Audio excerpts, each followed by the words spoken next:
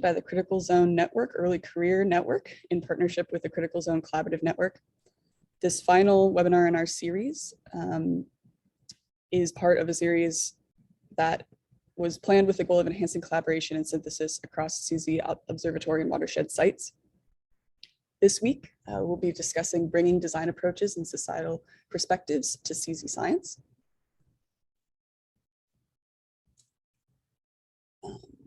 Previous iterations on this series can be found on the CUAHSI YouTube channel if you want to review previous weeks. My name is Julia Mastron. I'm the Education and Outreach Specialist for CUAHSI. CUAHSI is the consortium of universities for the advancement of hydrologic science, and our mission is to advance water science by strengthening interdisciplinary collaboration, providing critical infrastructure through our data services, and promoting education in water science at all levels through programs, in part like this Cyberseminar series. CUAHSI also serves as the national coordinating hub for the Critical Zone Collaborative Network, or CZCN, and we're thankful to members of the CZNet team for their contributions to this series. Before we start, a few logistical things. This webinar is being recorded and will be posted on the CUAHSI YouTube channel later this afternoon. Secondly, we ask that you use the Q&A functionality to submit questions to our panelists. And finally, we expect that all involved with CUAHSI Cyberseminars promote and maintain a professional, considerate, and respectful collaborative virtual environment. Thank you again for joining us, and to the CZN Early Career Network for putting together this lineup of presentations, and for both of the series that they've hosted with us over the past months. It's been wonderful hearing all of the science that's been going on around the world associated with these observatories and network sites. Thank you to our presenters once again for joining from around the world today. And with that, I will pass the mic to CZN Early Career Network Steering Committee member and research scientist at Lawrence Berkeley National Lab, Bhavna Arora. Thanks, Julia. I do want to share my screen. Thank you. So first of all, welcome everyone. For those of you that don't know me, I'm Bhavna Arora. I'm a research scientist at Berkeley Lab and leading this early career cohort group that has been doing some very exciting critical zone coordination work across different networks. And both the series that we have designed with CUAHSI are really going to culminate in an AGU early career workshop that's going to occur next week as part of the AGU fall meeting. And with that, I also have another announcement on our town hall. So we have a town hall as part of this early career group, which is focused on transforming critical zone research through shared science, tools, data, and philosophy. That's going to occur on Wednesday, December 8th at 4:15 p.m. Of course, those of you that are going there in person, please check the time. And then there we're going to just give a quick rundown on what the early career efforts have been thus far, and building on what we've learned from the CUAHSI series on what tools and data are inspirational and interoperable, what are some of the scientific challenges. And we also have several program managers and program directors participating there to provide us what could be unique opportunities for this group to come together and network. And we'll end there with Jared giving a CUAHSI coordinating hub update. So with that, please think about joining us for that town hall. And I would like to pass this on to Sarah and James. Hi, everyone. So today is already the final seminar of our second series. And today is a bit special because we will explore the breadth of the notion of critical zone.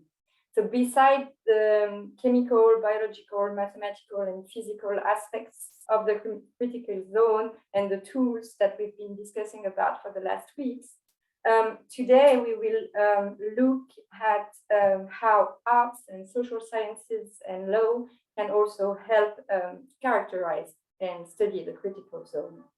So we will have 4 speakers from a very diverse background, an architect, social scientists, an hydrologist, and a jurist who was also elected as a member of the European Parliament.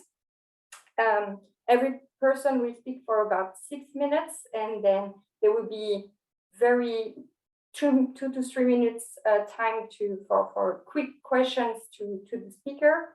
And we will keep about half an hour in the end of the hour to discuss all together about those topics.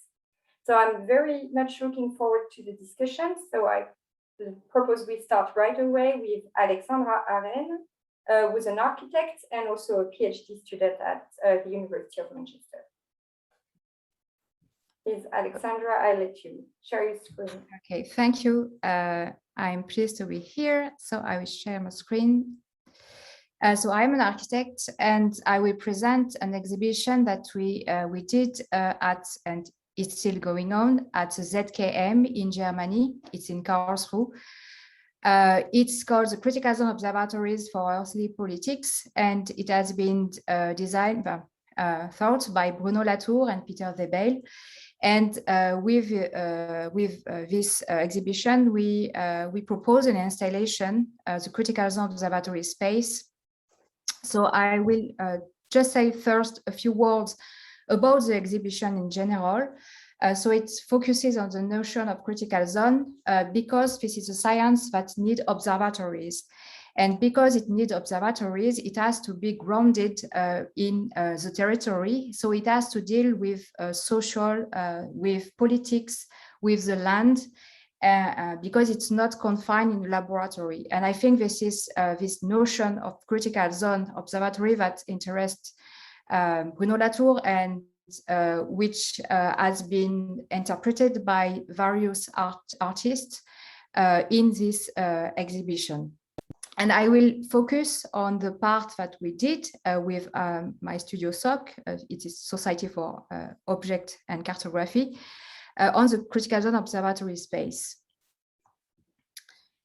So what we did is to reconstitute one of the observatory of the critical zone. So we choose one where we could go and spend a long time with the scientists. So it's a kind of also of an inquiry that we did with by talking to the scientists, following them in the field, asking them what they did, and understand what science is produced in the critical zone.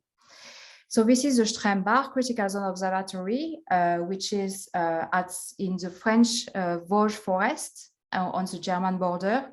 And this is 80 hectares watershed with environmental issues like acid rain, drought, and parasites. And for the show, sorry, this is the video. Yeah. We spent 3 weeks on this observatory with the scientists, and thanks to Marie-Claire Pierret, who is a geochemist and responsible of his CZO. So we follow our team, and we ask also some documents from the scientists. This is an image from Sylvain Pasquet, which is a geophysicist, and to understand what kind of science is produced there.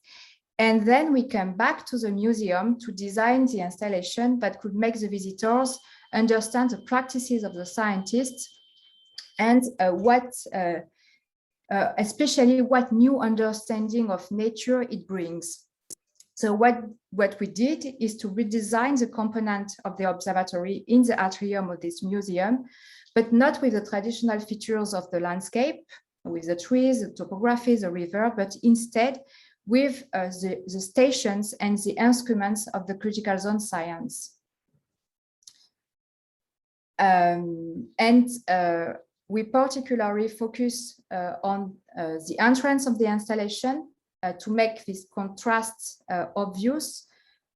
What you see is in the front a concrete model of the watershed, which is the traditional view of a landscape. And on the back, you see the same topography of the watershed with the line, the steel structure, which is hanging on the ceiling. It's actually the geophysicist lines made by the geophones. So it's a kind of an interpretation of the watershed with the instruments of the scientists. It gives this feeling of being in the skeleton of the landscape, actually. And then the visitor is invited to go from one station to another, and it's as if it explores, we hope, this observatory.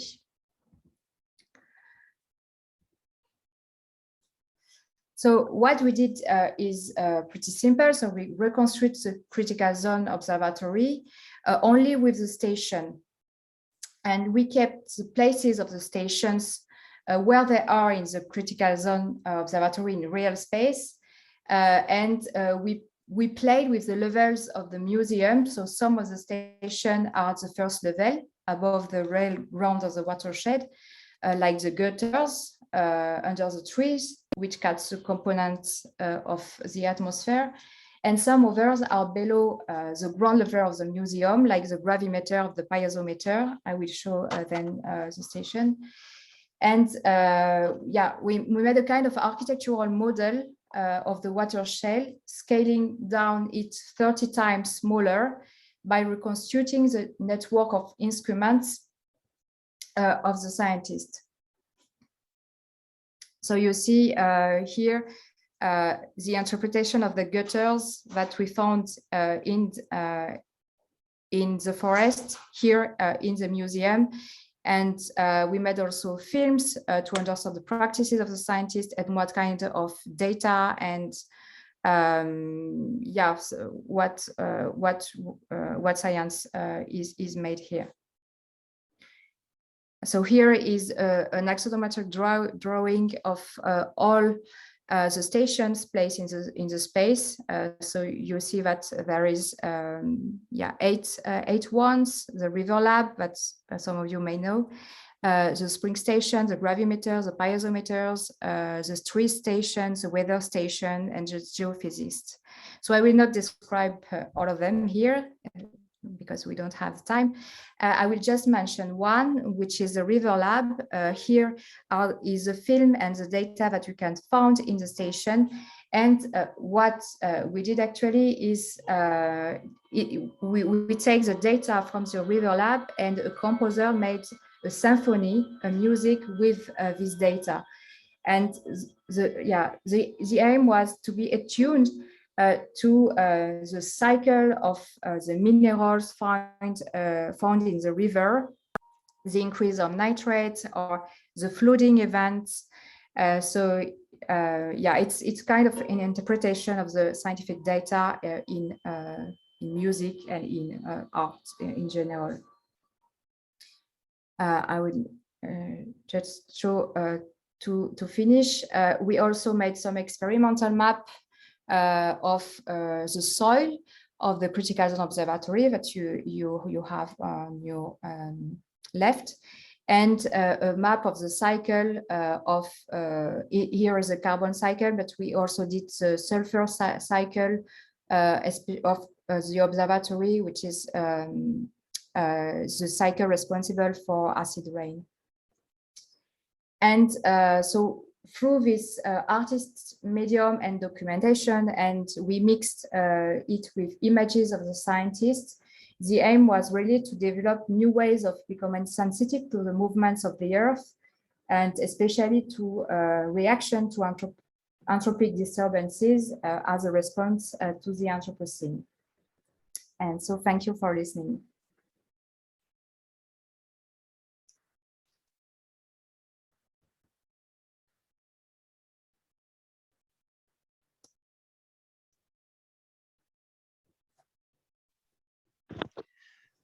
Thank you very much for that. That was super fascinating.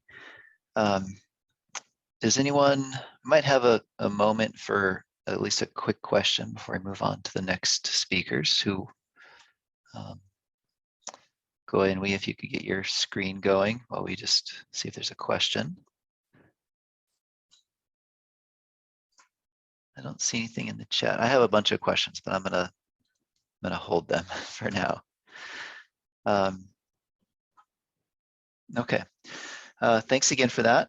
And so we're going to move on to Dr. Goi Ho Chin and Liang Tan, and they are going to talk about citizen science and design thinking and approaches coming from outside of the critical zone sort of research sphere, but with ideas and methods that are very applicable to the kind of science that we do. And it looks like Goi has put a link to his paper in the chat. Thank you very much. And I will actually, I think I will repost that so it goes to everyone as well. So Goi, if you want to take it away. Okay, can you all see the slides? Okay, good. I'm going to tell a story about how designers transform Japanese split curtain culture into digital solution via sound. And today we want to talk about this methodology called design thinking as a means of citizen science for social innovation. I'm Goi, I'm connecting from Japan, and I got my co-author, Dr. Tan Liang, from the Singapore Management University. He's connecting from Singapore. We have 6 minutes, so I will quickly just want to highlight our motivation for the research. We were looking at the two disciplines, citizen science and social innovation. Our question is to look into an approach where designers can actually create solutions with the involvement of citizens in an off-site environment, meaning to say our designers can't be physically at the environment itself. So how do we go about doing this innovation? And design thinking approach is the one that we are applying as social scientists. The key highlight about this approach is the human-centric essence of it. There are five steps involved. I will take us through as I describe to you the case study. This is a case study that happens in a city, so it's called Arenes city in central Japan. And as we know that Japan, in many of the suburban cities, it faced problems about aging and shrinking population and being a bit distant away from main cities. However, we know that these suburban cities have very unique local practices, such as the Japanese split curtain. I want to introduce the two citizens involved. The citizen persona, we call Mr. Kato, who is the chief executive of the Split Curtain Contest Committee. So he is the person that introduced to us the culture of split curtain to help us do the interpretation, translation, and even be the voice of the city is Ms. Naruse. So she's actually representing the non-profit organization. So we decide to call her as the citizen intermediary. So the whole design thinking process took place over 4 months. Where we begin with the empathy phase, where designers understand the needs of the citizens through the practice of the split curtain culture. Thereafter, they define the problem and come up with an idea before they produce the prototype. I want to highlight how the empathy phase has been implemented. This is where the citizens actually come physically to the campus and they allow the students to have hands-on to create their own split curtain. So the empathy allows students to feel for the possible loss of such Japanese practices and consider how they can come up with solutions to promote the culture as well as to promote the attractions in the city. This is the physical solutions that the students have produced. Unlike the one that was introduced earlier, our solution is one which involves sound design, where students record their voice to introduce the attraction of the cities with different languages. I want to quickly then come to highlight how design thinking can bring benefits to the citizen science. Through our research, we realized that this could really enable experiments to be conducted even with very few data samples. So unlike large data here with a few sample size, we can still roll out this experiment. Secondly, it will be feasible if the experiment has limited resources or with restricted environment.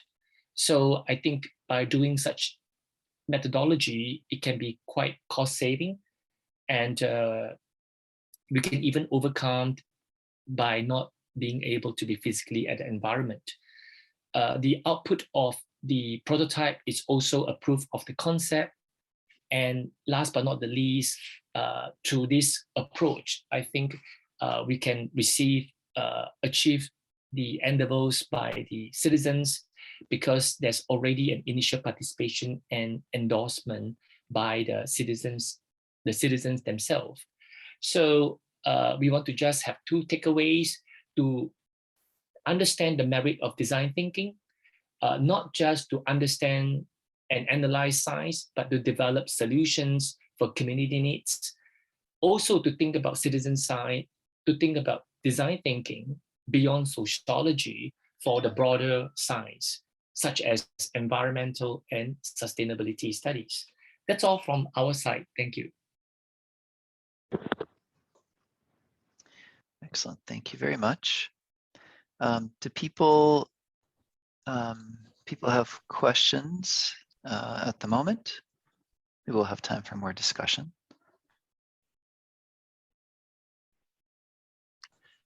Okay, I will say my mind is spinning about Alexandra's presentation and Goi, your presentation, and along with Wei Liang, and I feel like there's so much opportunity to sort of bring those kinds of approaches together for community engagement through multiple platforms and media, as well as thinking about design approaches and citizen science. It all feels like there's a lot of opportunity to kind of bring those things together. And I hope we can discuss that. We'll have a couple more presentations, but I hope we can dig into that, get broader perspectives. Okay, not seeing questions in the chat. So the next speaker is going to be Ben Abbott, and he's going to be talking about human influences, water cycles, nutrient cycles. So again, kind of keeping a focus on human aspects, but from a different perspective, a different kind of approach, maybe I should say, than the last two. So with that, Ben, looks like you're ready, you're sharing, so please take it away. Thanks a lot, James, and thanks to everyone for letting us participate. I'm a member of the Big Data CZO group led by Julia Perdriel, and I'll share the info at the end. But I wanted to talk today about a different overall thought. This is the water cycle, right? The water cycle. It's the most shared version of the water cycle in the world. We did an analysis of almost 600 water cycles. This is the one that that shows up most often online, textbooks, etc. And I hope that when all of us look at this, we first of all appreciate that it's beautiful. I really like the artistic design. You even have a cool little outline here. But it's clearly missing something really important. There's no human interaction with the world, right? This is the water cycle that doesn't exist anymore. And I just had some pictures from places that I've gone of the water cycle in the Anthropocene. Right, here's the Jordan River in Utah. I really like this picture of the water cycle. You can't even see much water, a little bit of water vapor there, but all of these irrigated fields. Then up here, these are actually large wildfire scars that are associated with an extended mega drought in the southwestern United States associated with climate change. This is a picture of the water cycle from France, the Mont Saint-Michel, and a stream here. Then here's one of my favorite, a picture of the Great Salt Lake near where I live. the evaporation ponds and water or extraction of minerals. So I put forward that you literally cannot understand water without including people. And yet we're still presenting this very natural water cycle. And this is a framework that we put together in a paper a couple years ago, looking at the global water cycle. How are we influencing it? Here are the three main ways. We've modified 77% of the Earth's land surface directly. We're changing the climate at truly unprecedented rates. And then we're using water. If you add the green, blue, and gray water use together, they equal about half of the discharge of all rivers from land to sea. And of course, these ways of modifying the global water cycle are interacting with one another. They're not happening in isolation. And the result of this human interference with water has caused a truly global water crisis, affecting society, ecosystems, and hydrology. And so I want to show one last figure here. This is from Isabella Arrigo, a master's student here at Brigham Young University, who synthesized what we know about the effects of environmental pollution on humankind. And here, this bar here is the number of people who are dying prematurely each year because of water pollution. This is just one way that we're influencing the water cycle. And yet look at how it compares to these other sources of death. So this is really something that we need to be engaging with and thinking about. How does our alteration of the world around us affect human society, and how does human society affect the world around us? But of course, in the critical zone perspective, we would never fall into this trap. We know that humans matter. Well, let's take a look at our central icon in the critical zone.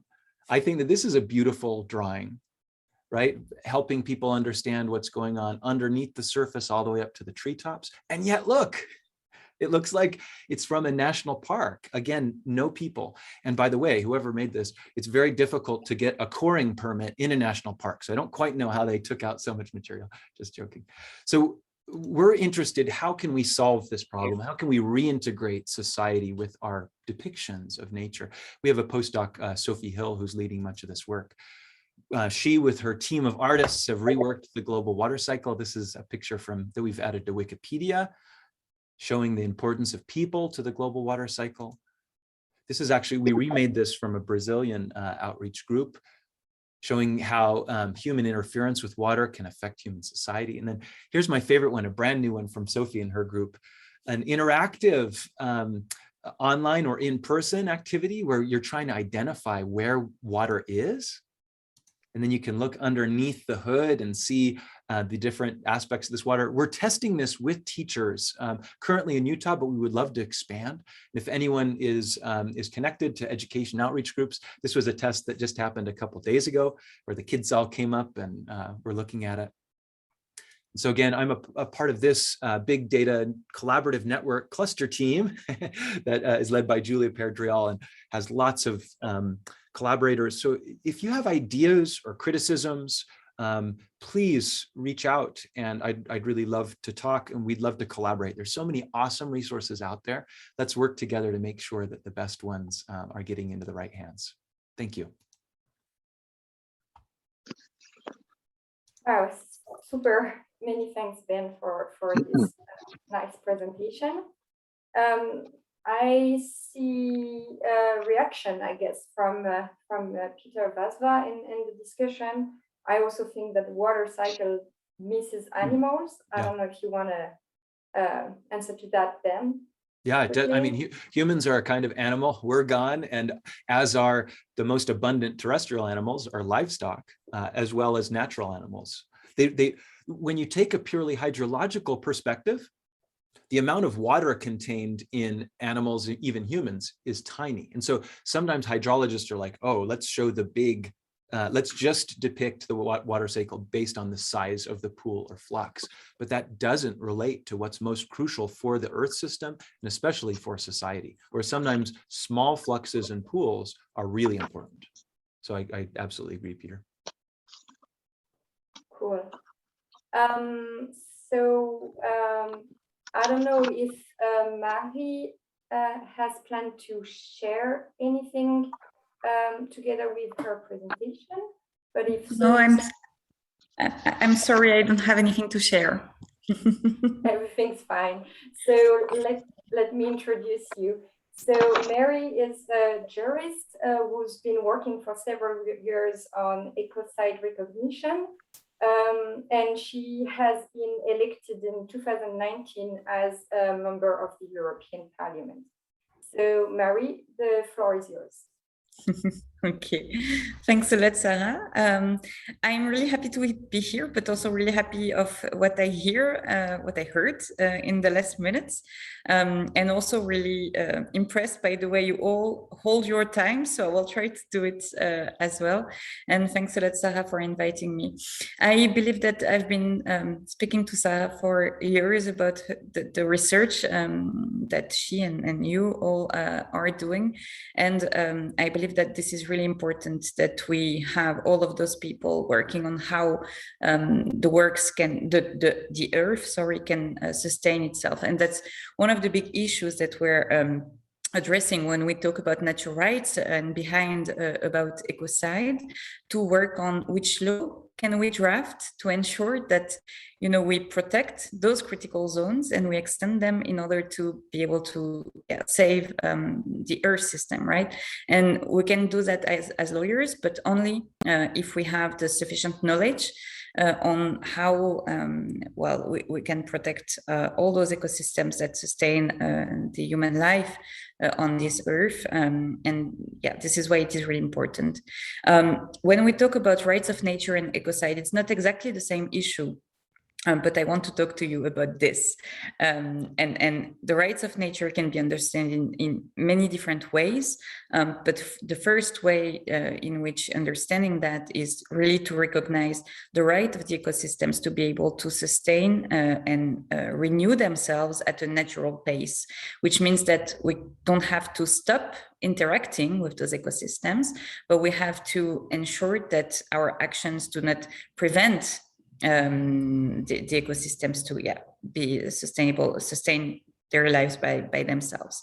And talking about ecocide is way different issues, because when we talk about ecocide, we talk about the gravest damages caused to the planet, the gravest environmental crimes, those who in itself put in danger the capacity of human beings to live on this planet, and also of many other species to live on this planet. And we're doing great steps in that direction, I have to say. Ecocide was first discussed with the use of the orange agent in Vietnam, and is being discussed in international conferences since 1972, so since the beginning of the international conferences on environmental issues. However, it has been forgotten, and it's now coming back, and we are fighting a lot all over the planet. I built an alliance that maybe I can send you the link about ecocidealliance.org. We built an alliance with parliamentarians from all over the world, and we are supported, of course, by social movements, especially Stop Ecocide, and we are pushing for the recognition of these gravest environmental crimes at the ICC level, the International Criminal Court level, but also at national and European level. And we have a huge opportunity, because we will, in 2 weeks, receive the proposal from the European Commission to revise the directive on the protection of the environment through penal law. And this is a place where we will push for the recognition of ecocide. It's really linked to what you are doing, because as I said at the beginning, when we have this ecocide recognized, when it is written in the law, and that is our job to do it and to push in that direction. But once we have it, then of course the judges and the lawyers and the prosecutors will have to study how much a crime is important, how much a damage really endangers the human life and other species' lives on this planet. And as you know, it's really hard. And we know lawyers that don't know anything about the environment. And we know also people who really know the environment, but who don't know anything about law and how law can approach this issue of survival of our planet. So we really need to work together, and there will be a lot of work also accompanying all the tribunals in that direction. So this is also a call from me. If you want to help us recognizing ecocide, you can also come and we have a petition ongoing, and we can also discuss in private, but we will definitely need you for ecocide and any other environmental damage to be there and also talk to those who will apply these new laws that we are drafting and that are absolutely essential. I made my 6 minutes, so if I hold the time, I have to stop now. Cool, we can make you react during the next half an hour that remains. Okay, so I see a few questions in the chat. There was a question first to Goi about, but I think you answered online about the split curtain tradition. I don't know if you just want to say a word so that everybody can hear it.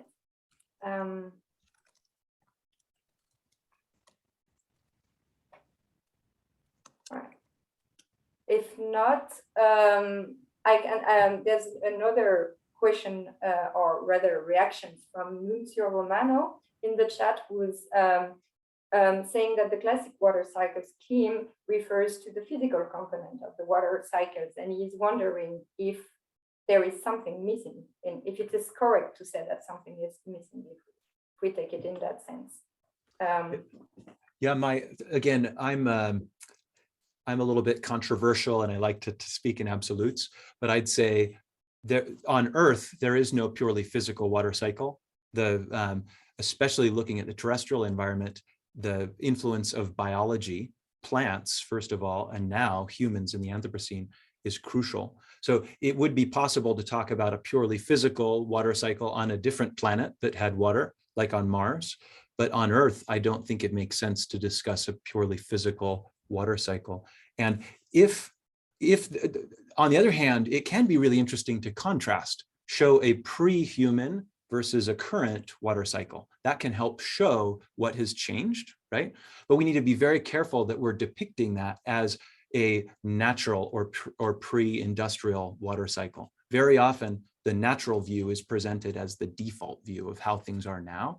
And as Marie just was talking about, we have influenced things so extremely that even in some areas, think about the global loss of wetlands. Over 90% of all global wetlands have been lost. It is a true ecocide. But sorry, that was my kind of absolute reaction. I like the idea, Nunzio.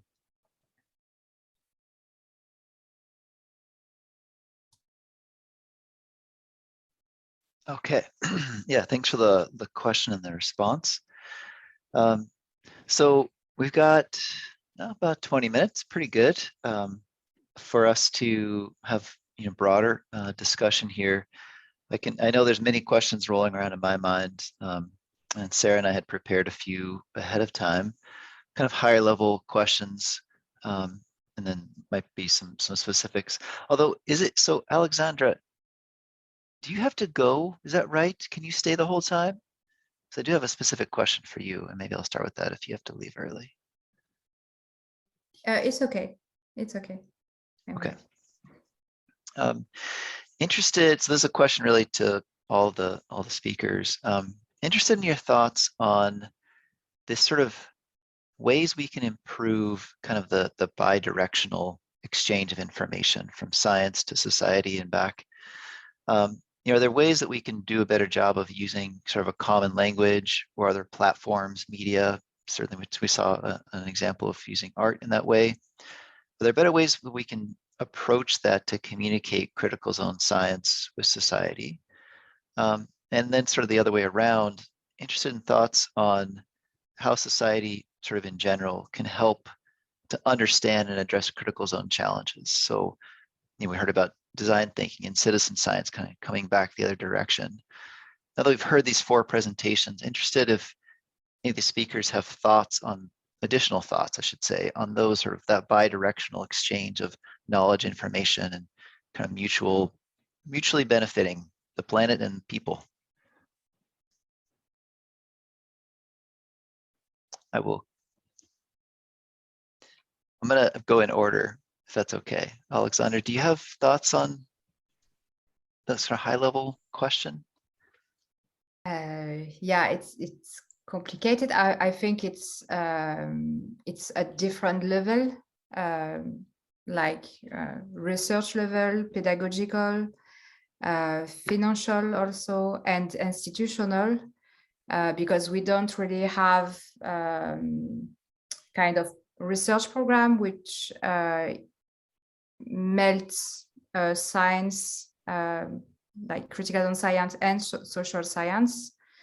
And that's why the museum offers a kind of a thought exhibition, a kind of framework, very open to bring these questions, and the finance also to allow to bring this question to the public. And yeah, maybe we lack some fundings, I will say. And but I and at the pedagogical level also, programs which brings together this two things. That I know that now in Sciences Po there is a program where Jérôme Gaillardet, especially who is critical zone French network responsible, with teaching in Sciences Po, and who teach geophysics, geochemistry with the Anthropocene issue. So yeah, maybe it takes time also, and yeah, I don't know if I can say more. That's great, thank you. I'm wondering, Goi and Wei Liang, do you have thoughts to kind of build on what Alexandra is saying there? One thing I heard in there is sort of social science and critical zone or environmental science kind of coming together. I feel like your kinds of approaches and the way you approach your work has relevance there. Do you have thoughts to kind of build on what Alexandra was saying? I'm going to invite Goi to talk about his project, about those companies that have forests, that you have your students and the volunteers from the town who are working on those forests, which sounds, while they don't use the ideas of critical zone, but it soon sounds as if there are things that are overlapping with what this discussion is about. Thanks, William, for highlighting another project which is in the same city. I guess we introduced how using the cultural split curtain to come up with solutions. But again, what about if it's a forest? So we did. So if the input is from about a nature, then we similarly use things like design thinking again to come up with solutions. So here the thing is to say that are we restricted to only be triggered by nature, if not by culture, then to think about something along with environment. So that's one thing to say. But again, even if the input is going to be nature, can the output in terms of the outcome be something that is beyond environment? So that's one thing I would answer our response to what William said about the practices we did. Yeah. Excellent, thank you. Yeah. But I do want to make I want to just highlight that it's very inspiring to hear from Alexandra and Benn, because I think it's from the outcome point of view. Today we see visuals, audios, even virtual so-called museum. I think it just illustrates the kind of creativity that we can come out regardless of the approaches. But I'm triggered by how these participants actually, be able to to have their own interpretation on whatever inputs that they've been given. So what undergoes in their mind for them to eventually come up with that solution is where design thinking is one method that we are trying to explore. So yeah, so that's just one so-called things that's in my mind. Yeah, I'm not sure, William, you have anything to add on? Not at the present moment. I tend to think in terms of a topic or project and then see what can be brought to it. Right now, we're at a higher level where we don't have a specific sort of land or problem to address. So it's a bit harder to speak to it. Although what I can see is that the method can be used to draw people to work on a project. Yeah. So if you ask me, for example, take a situation in Singapore where we're going to face global warming and rising sea levels, and you have coastal water, beaches which only have about 1.5 meter tolerance, and if the water level rises above that, what are the solutions that are possible? Who's going to measure the rise in the water? Do you going to get an army of salaried people to go and measure, and scientists, or do you engage the citizens to go and say, well, you who run along the coastal parkways, would you volunteer to take the data and upload on an app and then collect the data? So in a sense, the approach, whether you call it citizen science or whether you ask them to conceive of a solution, means that the people, those who are educated at the museum or those who can visit the watershed and come up with an exhibit that they feel that communicates better because they identify with it, well, that becomes a way in which more people who are aware means more likelihood there'll be dollars that go to the project and greater concern, right? And I think that idea works well in other countries. I think in Singapore, what happens is that we have too good a state involvement that most people just sit there and wait for the state to act on those things. Yeah. Excellent. Yeah, thanks to both of you for those thoughts. And I'm going to keep this going in order here. So Ben, interested, I mean, I had that kind of high level question we started with as we're talking through here.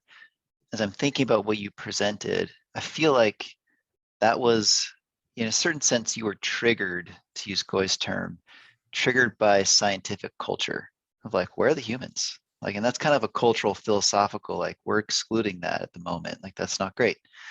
It's also like a reality of the Anthropocene. I'm just interested in your thoughts on, is there opportunity to use sort of design thinking, citizen science, multimedia, law to help people be more consciously aware and embrace, scientists and broader society, of like, this is the human role in the water cycle and it's important. Like, what are your thoughts on continuing on that path? I love that question. And my immediate response is there's no one thing that we need to change. We need thousands of different approaches, and some of those are going to be participatory citizen science. Some of them are going to be changing policy. Some of them are going to be enhancing and improving education. But I might answer the question a little bit by saying what hasn't worked for us. When we as scientists were sitting in a room and saying, what do third grade elementary school students want to know about the water cycle? We were completely off base. We thought, hey, we could do it alone. We also had this experience with our critical zone observatory project, where we had this expansive outreach program that we had designed as a group of researchers.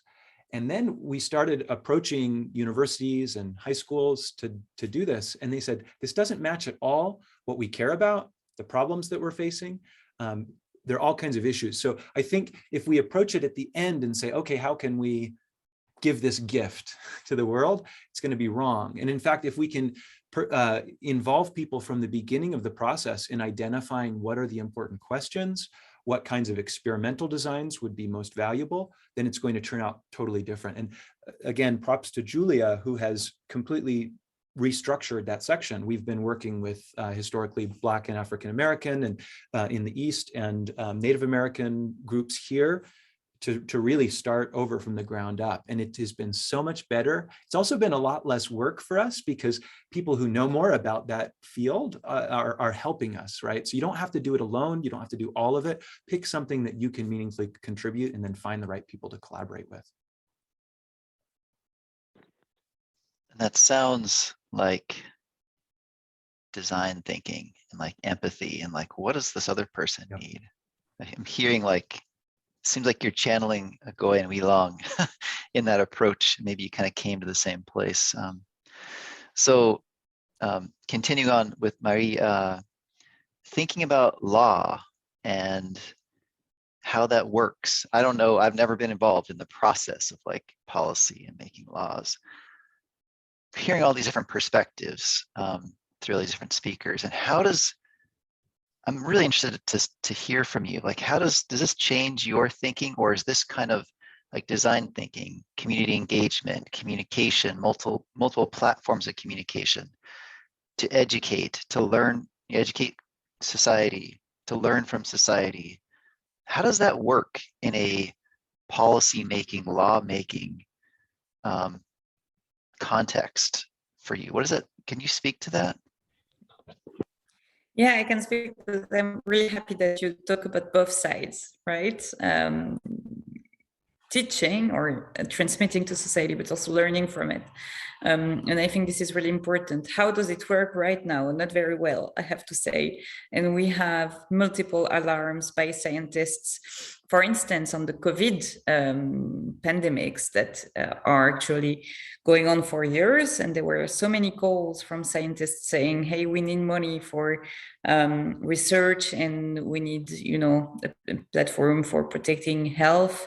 And they're not listening, and it's the same on almost every issue. But also we don't pay attention to what the people have to say about their environment, whereas they quite know it.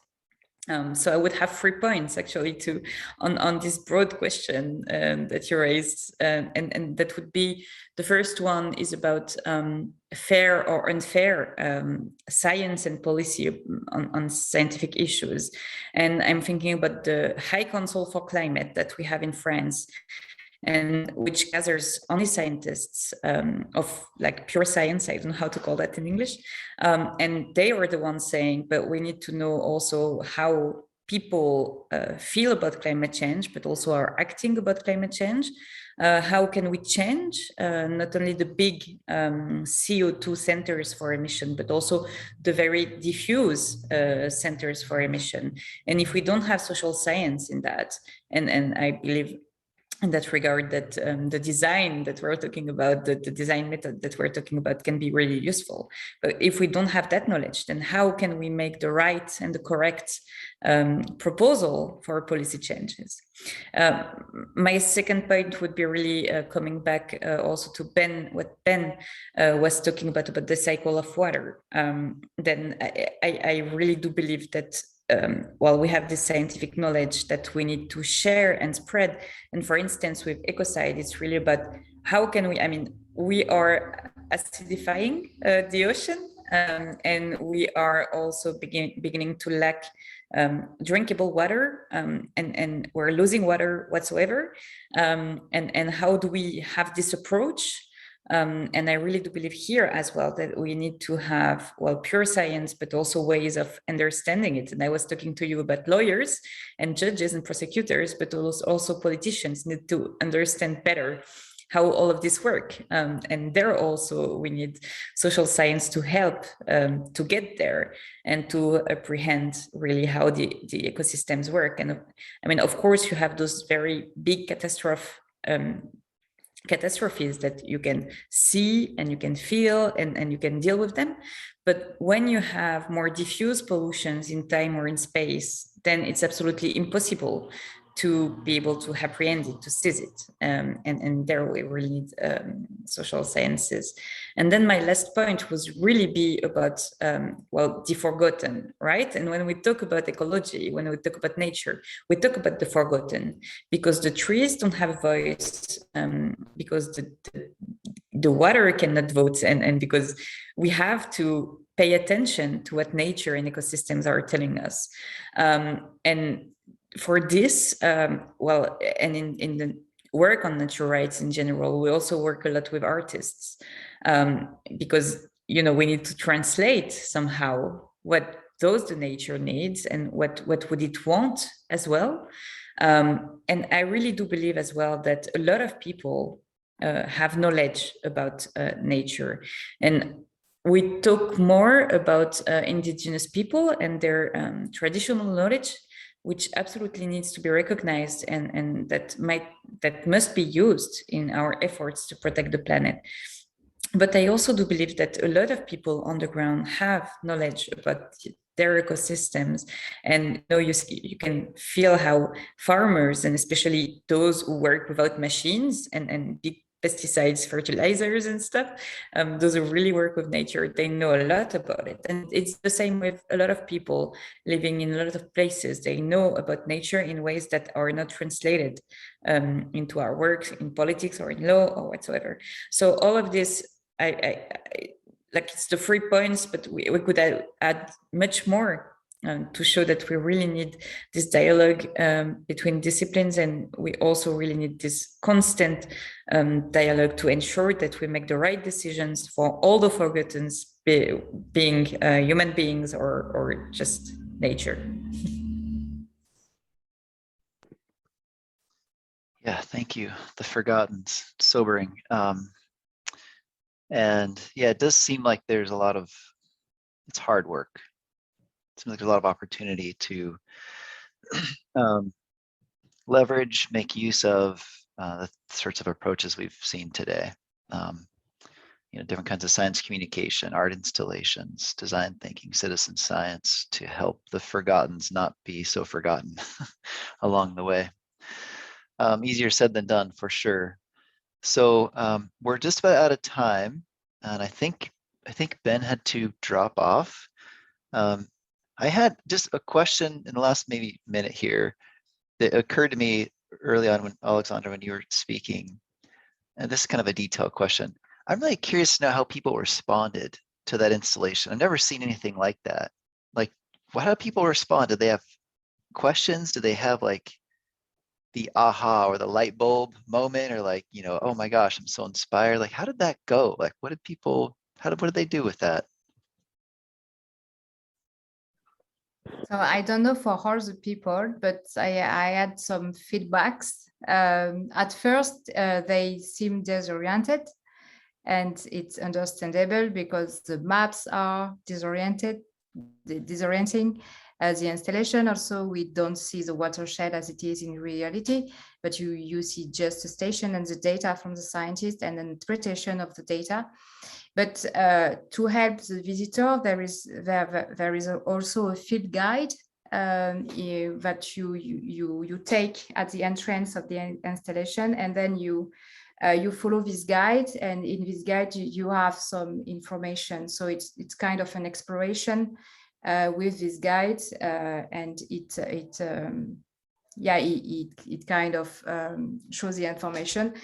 So yeah, you have to spend a lot of time in the space to understand all the stations, and but they say that it brings a new way of understanding what's going on actually in a field, in a forest, for example, with environmental issues. Also complexity of the which there, and that's why it's sometimes complicated to understand. And I think also it's the challenge for social scientists and artists is to make understandable this kind of science, but not lessen the complexity of it and the work that it has to be done to go to there, you know. Yeah, disorienting. The critical zone is so complex. I think it can be very disorienting, even to people that study it. So, okay, we are out of time. Want to say thank you very much. And I know, I think going way longer, it's like 2 in the morning or 3 in the morning or something. So thank you very much for being here, and to all of you. Sarah or Bhavna, is there anything you want to say to close out? Yeah, for sure. I just quickly want to say thank you to all the panelists. This was a beautiful culmination of our 2-part series, and it's so humbling to hear that we need people from different arenas, lawyers, policymakers, artists, social scientists, to be in regular communication with critical zone scientists to make this work and to have actionable outcomes on critical zone science. And then last but not the least, I really want to thank Julia for organizing and helping us with the CUAHSI series. Yeah, so thank you all. Sarah, did you want to say something? Oh, I just wanted to thank again every participant. I had a lot of fun listening to all the discussions, and I'm looking forward to future research and future work combining all that. Thank you. All right, with that, thank you everyone. Have a good rest of your week. Bye.